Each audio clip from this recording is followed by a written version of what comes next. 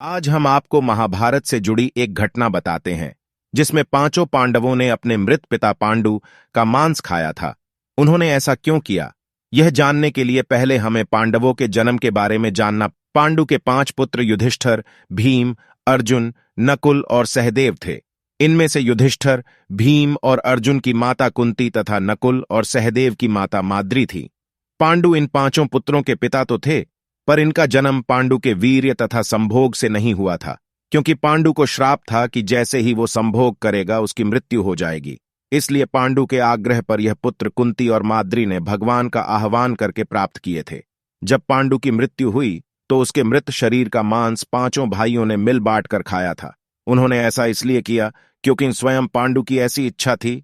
चूंकि उसके पुत्र उसके वीर्य से पैदा नहीं हुए थे, इसलिए पांडु का ज्ञान कौशल उसके बच्चों में नहीं आ पाया था।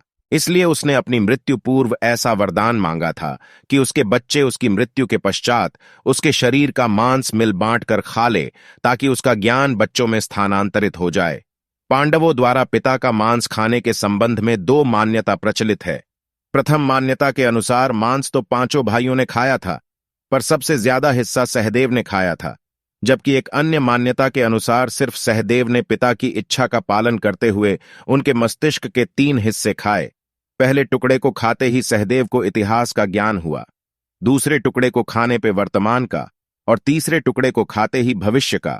यही कारण था कि सहदेव पांचों भाइयों में सबसे अधिक ज्ञानी था, और इससे उसे भविष्य में होने वाली घटनाओं को देखने की शक्ति मिल गई थी।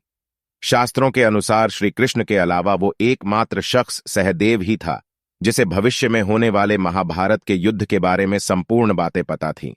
श्री कृष्ण को डर था कि कहीं सहदेव यह सब बातें औरों को न बता दे। इसलिए श्री कृष्ण ने सहदेव को श्राप दिया था कि यदि उसने ऐसा किया तो मृत्यु हो जाएगी।